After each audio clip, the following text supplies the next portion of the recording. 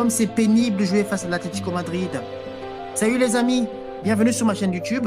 Nous allons ensemble débriefer aujourd'hui le match de la Liga qui vient juste de terminer et qui opposait le Real de Madrid face à l'Atlético de Madrid. Match difficile pour les Merengues, match même poussif pour les Merengues qui, sans passer une extremis, proche de la défaite face à cette équipe vaillante de l'Atlético de Madrid comme d'accoutumé. Carlo Ancelotti nous a concocté un 4-2-3-1 avec dans les buts Thibaut Courtois comme d'habitude.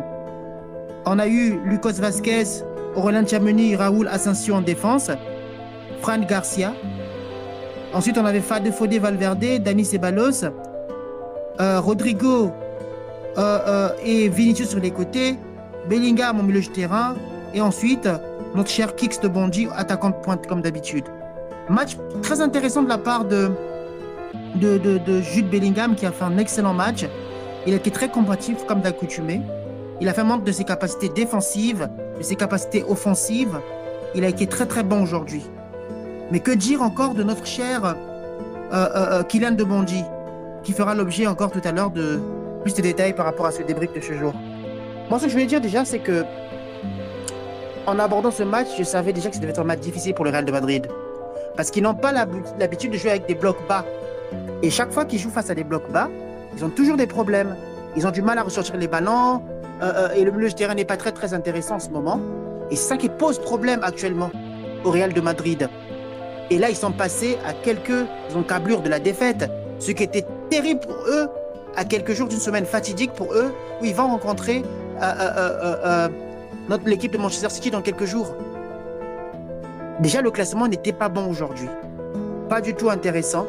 Parce que c'est pas normal de voir vous jouer face à une équipe qui a un bloc bas et vous n'avez pas de milieu de terrain créatif.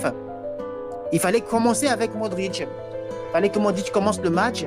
Étant donné que lui, il est très très créatif et qu'il a des passes qui cassent des lignes, il aurait pu approvisionner en fait Kylian Mbappé en ballon. Et là, il a été un peu sevré.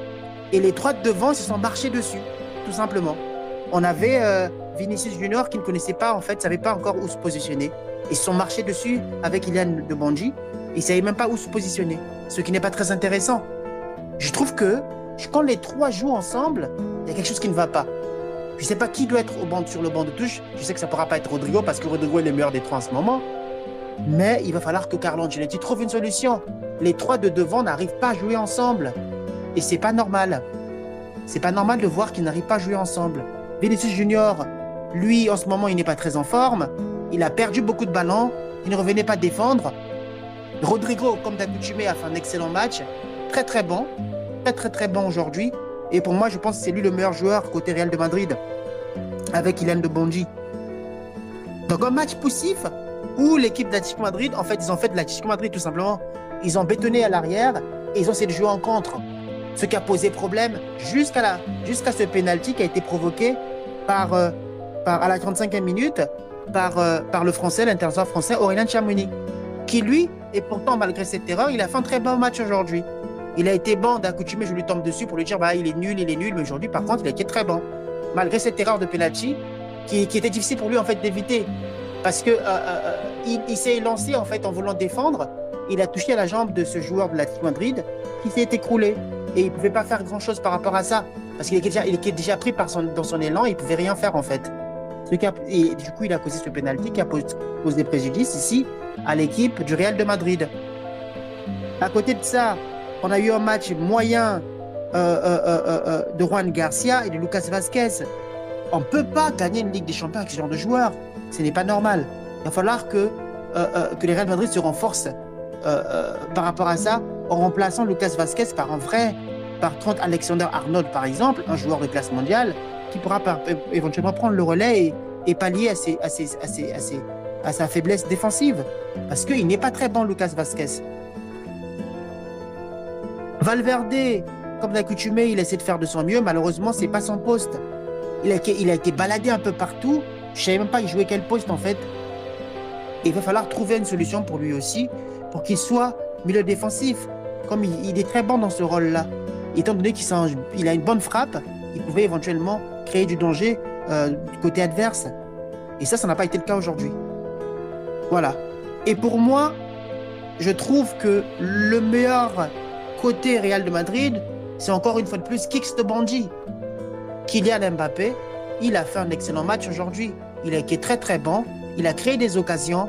Il a été défensif. Il a fait des efforts. Il a été à l'affût comme un Real numéro 9. Ce qui n'était pas le cas en fait ces derniers matchs. Mais aujourd'hui, il nous a fait montre encore une fois de plus qu'il est dans cette phase ascendante et on retrouve au fur et à mesure des jours un Kylian Mbappé en pleine forme. Ce qui est de bon augure pour l'équipe de France. Et très heureux pour nous d'avoir un joueur vraiment en pleine forme. Kylian Mbappé est de retour en pleine forme. Et là, il sauve tout simplement Carlo Ancelotti de la dépression.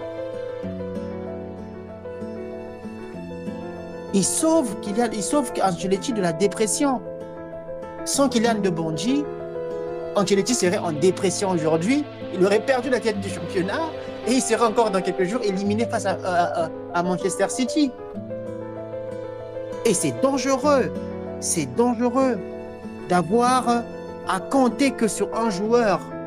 Il va falloir que le Real Madrid puisse se remettre d'appoint et qu'il travaille encore plus pour pouvoir jouer les trois de devant ensemble. Parce que pour l'instant, ça ne marche pas. Tout simplement.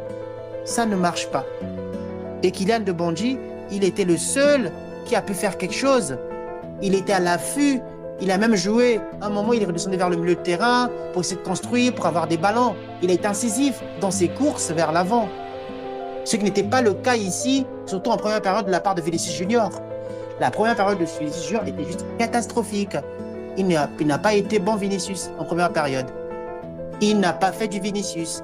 Percussion, dribble, ça ne marchait pas. En deuxième période, il essaie de s'améliorer un tout petit peu en créant plus d'occasions et en jouant plus de l'avant. Et on a vu que cela a changé quelque chose. Et il faudrait que ça change.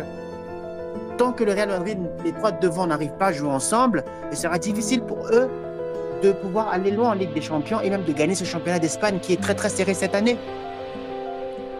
En jouant face à l'Atlético Madrid, lui savait que c'est un bloc bas. Il n'y a pas grand-chose à faire, si ce n'est que jouer avec ses atouts offensifs et surtout aussi avoir un milieu de terrain qui est assez créatif, ce qui n'est pas le cas aujourd'hui, tout simplement. Parce qu'on a manqué un joueur créatif au milieu du terrain dans la trempe de Modric, qui lui était technique et qui pouvait en fait faire des passes en avant et aussi casser des lignes.